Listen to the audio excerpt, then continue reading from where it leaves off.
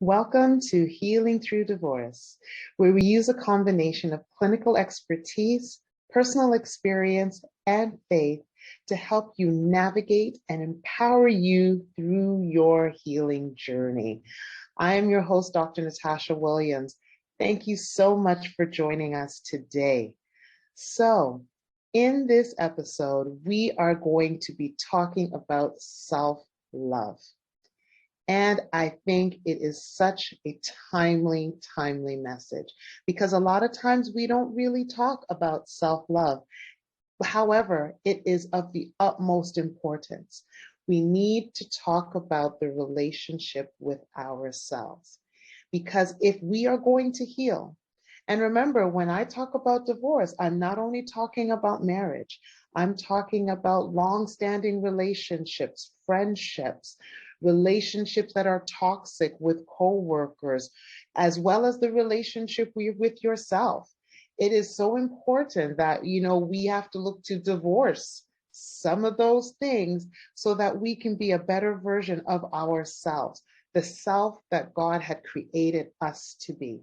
So, what we're going to start with in this series is we're going to talk about the relationship with yourself. How do you embrace self-love? But what does this all mean?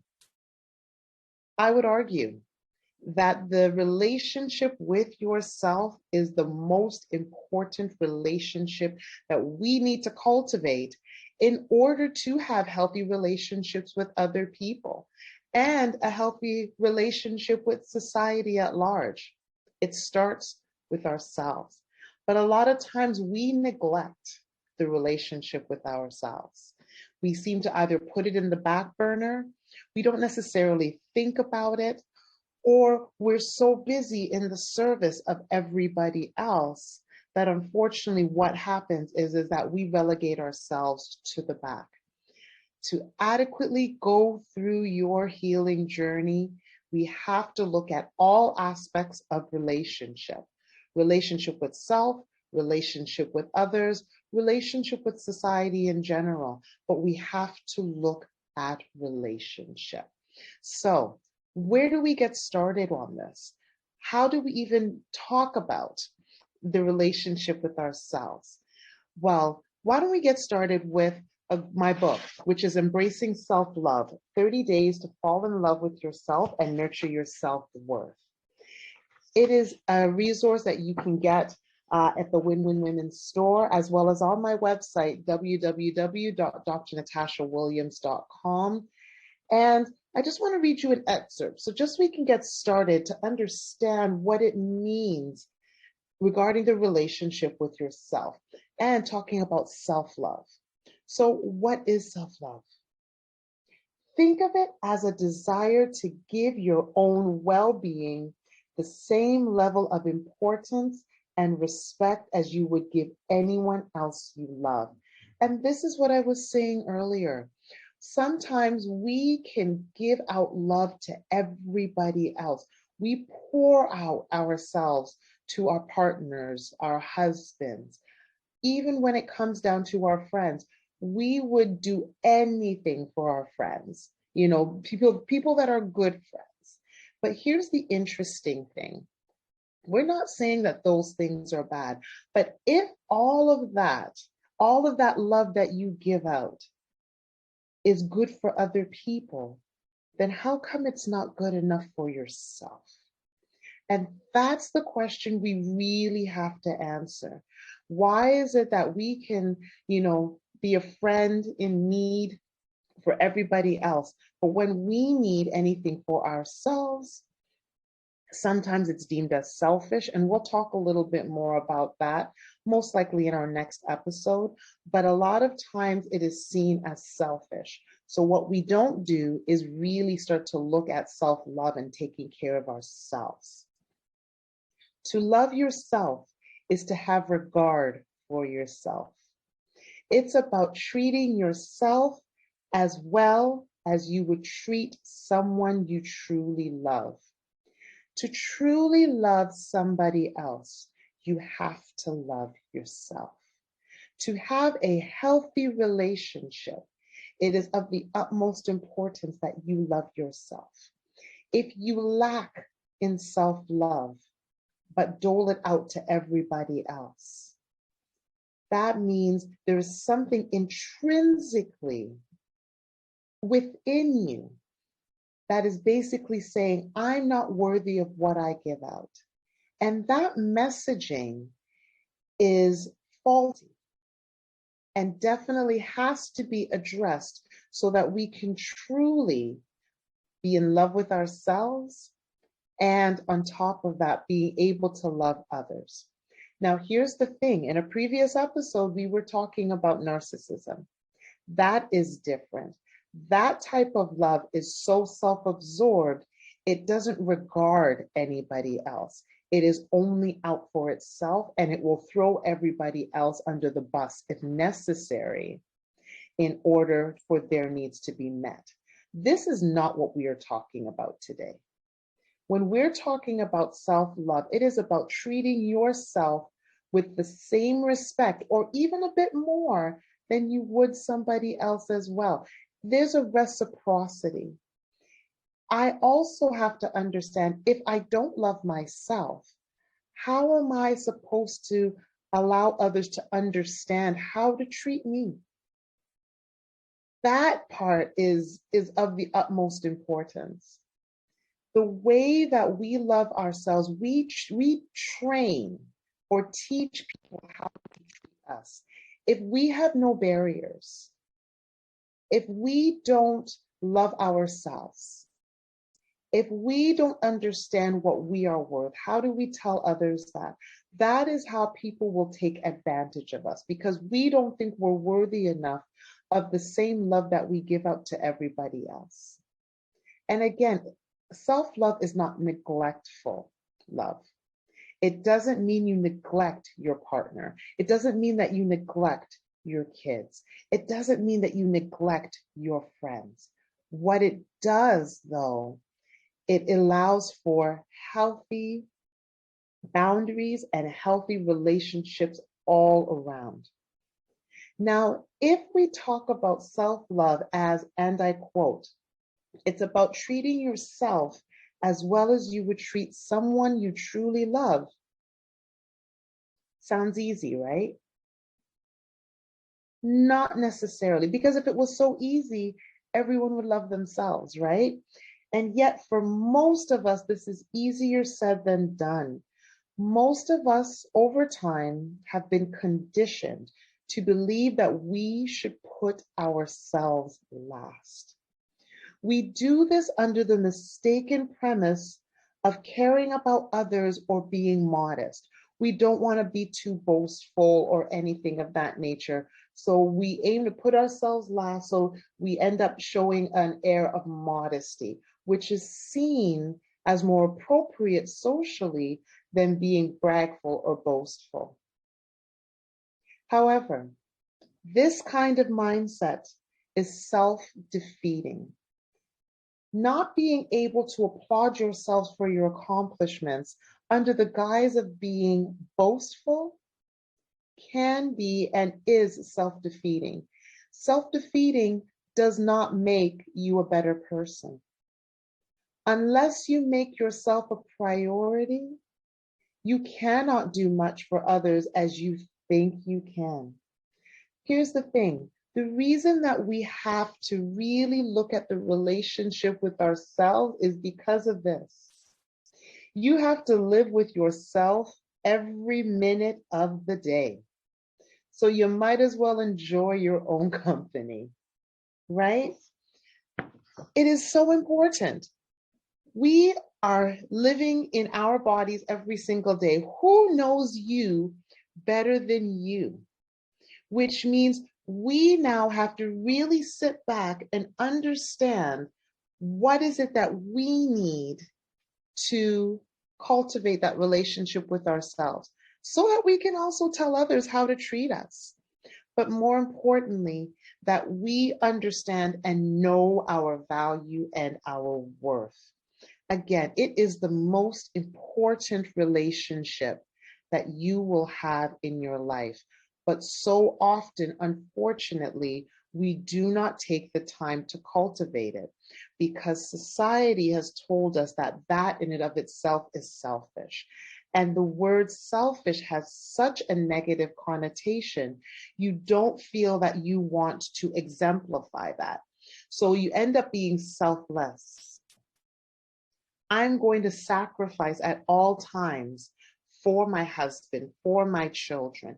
And I said, as I mentioned before, here's the thing, understanding that this is not something that is just black and white. So it's not that you take care of yourself to the detriment of your children or your spouse or your significant other or your friends, but it also doesn't mean that you pour out so much of yourself into those relationships that you're seen as a martyr.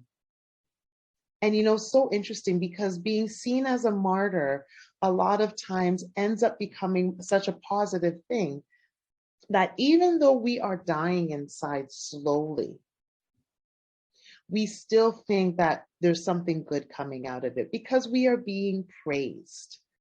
So interesting. I would talk about, for example, in my family, in my household, and especially when I was married, I decided I thought I needed to take care of everybody, everyone, everything. And for a variety of reasons. Part of it was out of, I truly believe that being a woman meant that you had to sacrifice.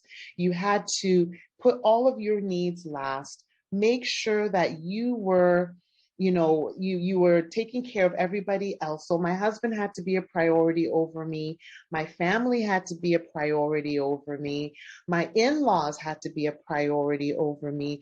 I always had to, in my mind. Now, this was not told to me specifically, but I felt in my heart to be a good wife, a good mother, well, not mother, to be a good wife, to be a good auntie, to be a, good sister, to be a good daughter, to be a good friend, to be all of those things. I could not necessarily have my needs in the forefront. I had to be there for everybody else. And here's the interesting thing. As a clinician, I know clinically and with the research that if you don't take care of yourself, you're going to deteriorate. So for me, there was a bit of a balancing act because I knew what I knew, especially studying for so many years. However, you have so many other factors that come into play. You have life, you have cultural upbringing, you have upbringing in terms of whom it is to be a Black woman in particular, to be a Caribbean woman, to be a Christian woman.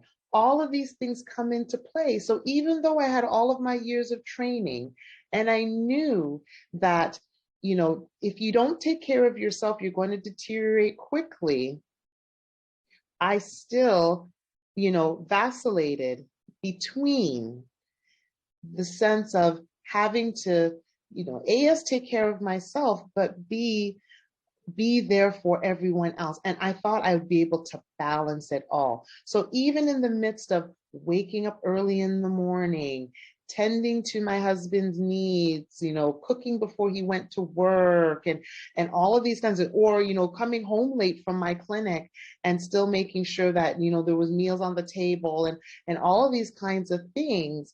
He would go to the gym and come home at 10:30 at night and, expect that there was, that there was a meal there ready for him, whatever. And I would work the same amount of hours, but I always made sure. And what's fascinating is that even in the midst of that, there was still comments made about not being woman enough. You don't clean the house enough, you don't cook enough. What's wrong with you? So what happens is you end up getting these negative comments that come about, and then what do? You continue to put yourself in the back burner, because if there is something wrong with me, am I taking too much time out of for myself and not tending to his needs or other people's needs? If my in-laws would call for something, I would be right there. If my parents called for something, I would be right there. It always seemed that I needed to be accessible to everyone. And that ended up being sort of how I was being described, but it was sort of seen in a positive light. My goodness, Natasha would do anything for anybody. She's always there. And again, these are great comments, but at what cost? If I am there for everybody else and I cannot be there for myself, then there's an issue. And the times when I actually decided maybe to even take a step back and take care of myself, at times it was done with guilt. And that's another piece as well. You cannot take care of yourself and feel guilty about it. That ends up being faulty thinking. And what happens is you now relegate yourself to being only in the service of others, because taking care of yourself has this negative connotation of being selfish, right? But where do all of these messages come from? So what's interesting is, as a psychologist with the clinical research will tell you one's relationship with oneself is crucial to proper development. It's about healthy self-love. We learn so much from key figures, parents, siblings, family, peers, and other adults about how to relate with oneself, what is good and what is bad, what pleases them and what they clearly don't like. These are things that we end up learning in our early childhood. And this is something I briefly spoke about before. It's about what we call our core beliefs.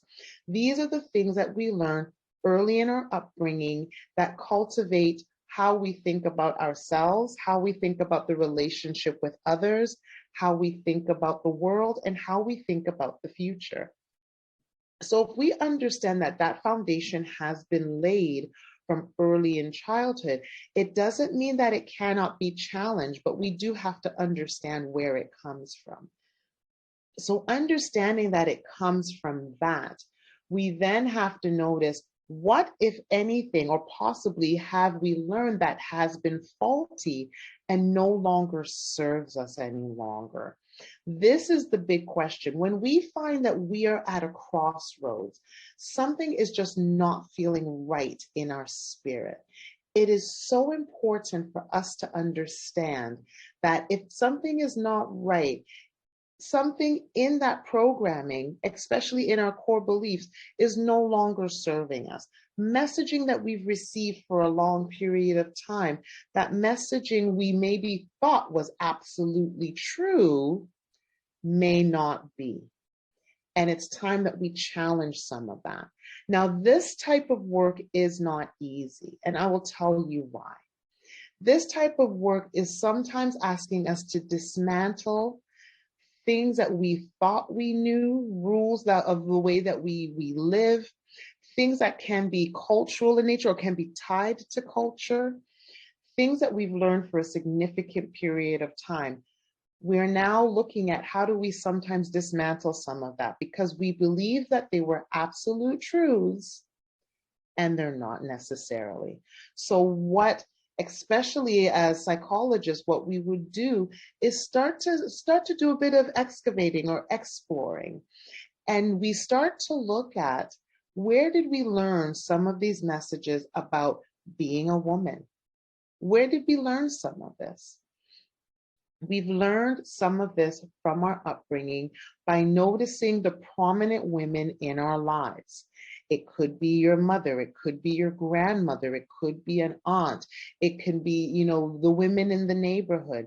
But those early experiences started to give us ideas of how it is, or the rules that we need to be a woman.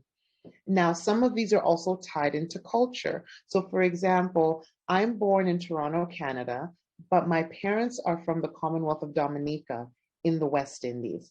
So I was raised in Canada. However, my parents immigrated to Canada from the Commonwealth of Dominica, and they held various and steadfast rules about what it was to be a man, what it was to be a woman, but also what it meant to be a Black Caribbean Christian woman, because I was also raised in a Christian household. So all of these things, all of these rules came and transcended down to me as I was growing up, because what they were doing were imparting what they knew was their wisdom into me. Now, again, we don't want to look at this information as all good or all bad, but we want to analyze what it is that we have learned over the years to see, A, if it serves us in this present day, but also, is this an absolute truth? So where a lot of times what we see, and especially looking at, for example, myself being raised as a strong Black woman and having that example, some of what I learned being a strong Black woman was to be sacrificial. You sacrifice yourself for everybody else. You put yourself last. This is what shows good character, especially as a woman. So your needs are not of the utmost importance. You need to be strong for everybody else. You need to make sure that you're strong for your husband. You have family and friends that are, that are not just rooting for you, but are leaning on you for support. So you also have to be strong for them as well. If you have children, you need to be strong for them as well. So with all of that strength that supposedly you need to be a good woman, what also happens is that you also can't be necessarily mindful of your needs, because that doesn't make sense. Because as a woman, sacrifice is what is displayed as a badge of honor. But when we start to deteriorate, when our health starts to fail, when we're noticing that we are not satisfied in life, then we really have to take a step back and really aim to understand, is this the life that I have been created for? Is this everything that I was created for, so that I am satisfied in my life? And if the answer is no, then we really need to take a hard look at what do we need for ourselves. So I want to leave you with at least a couple of tips to start, and then we are going to pick it up in the next episode. First tip is going to be set intention and cultivate awareness. I want you to set an overarching goal over a span of years to keep moving toward a good relationship with yourself, with the understanding that what this entails will change over the years. I want everyone watching to make a declaration that they are going to embark on a journey of self-love. So please repeat after me. I will embark on a journey of self-love. Now, if you made that declaration, you've just taken the first step to the journey of a healthier relationship with yourself. Now, as I said, this is one step, because we need to acknowledge that the relationship with ourselves has not been a priority, so that we can take the first step. Now, also in that declaration, what is going to be important to embody is that this journey is not just a one-day journey. It's not just one affirmation. This is something that is going to take a significant amount of time and years. And you know what? You owe it to yourself to could be on a continuous journey of self-love and self-discovery. So are you with me? This is something that I have done and continue to do for myself. I knew that when I truly decided that loving myself was important, things started to open up and manifest because you know what? You walk differently. You understand your importance. You attract things to yourself. And things, I'm not necessarily talking about material things. The relationships in your life improve because the ones that were toxic and were leeching off of you, they no longer will serve because you know that you are more than what they are trying to give you. So your relationships will change. Some of those people will drop off because they are sapping your energy instead of reciprocating your energy. Once your energy changes, trust me, everything around you changes as well. It is just the law of nature. Your relationship changes, the way that you interact with other people change. And I can almost guarantee you that things in your life will also start to change. If you notice that you had a negative relationship or difficulty at work, I'm not saying that your work situation will just change overnight, but you will see things differently. You'll know your worth, which means that you may go for different opportunities because you see yourself differently instead of just looking at an opportunity and saying that's not for me. Once you see yourself differently, you walk through the world differently, you attract different things, and the relationship with yourself will equal a really better relationship with others and a better relationship with the world around you. So that's the important thing. The last tip I will give you for this episode is going to be plan for the short, middle, and long term. So now that we've made this declaration, what I want you to start doing right now is to start planning for the short term, the middle term, and the long term. So in the short term, even we'll say 2 months, what would you like to see happen in the next 2 months? What is going to be important for you? What is it that will bring you joy, that will give you peace in your heart? Here's the thing, in the short term, it can be something as simple as I am going to take a bubble bath once a week. No compromise, no guilt. I'm going to thoroughly enjoy it. And I'm going to make sure that I'm in there for at least half an hour so that I can relax, relate, and release. And that is a very short-term goal. But if you're aiming to do that once a week, you know what it is? It's not just about the bubble bath. It's about setting yourself and your needs as a priority. So we're aiming to rewire how you think about yourself so that you can love yourself more. But bubble bath is only a small representation of that whole rewiring process.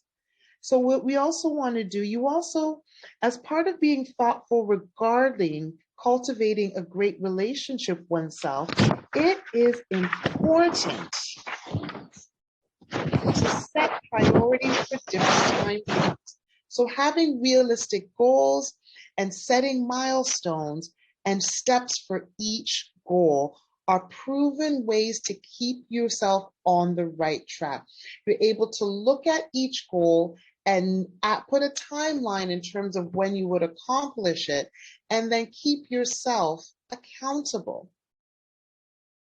So here's another example. You want to take a new class, a new fitness class.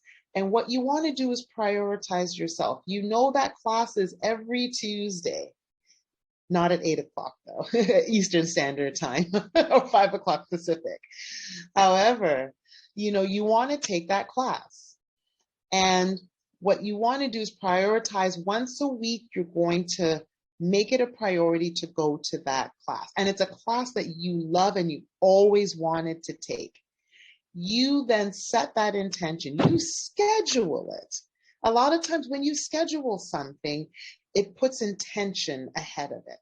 So you schedule to go to that class every week. And your goal is to go to that class once a week for the next month. You're able to track that. and look at your success. And here's the thing, I do not want you to beat up yourself if you only made 3 of the 4 classes, for example, that you missed a class. You actually went. That in and of itself is something that you would need to celebrate, right? So realize that the short-term motivation is often based on these kinds of rewards, right? But over the long haul, with the longer term goals, motivation can usually be less exciting and more about maintaining habits and avoiding dropping new behaviors. So, therefore, blending novelty with long-term satisfaction is usually a pretty good recipe. So the long-term rewards, you have to think about it as an investment, which comes due down the road, often just when you need them. But it can be easy to focus too much on immediate gratification. So for example, if your longer-term goal is to lose 20 pounds, sometimes we look for something in the immediate. How do I fast so that I can lose this 20 pounds fast? But if we look at it as an investment, we are investing in our health.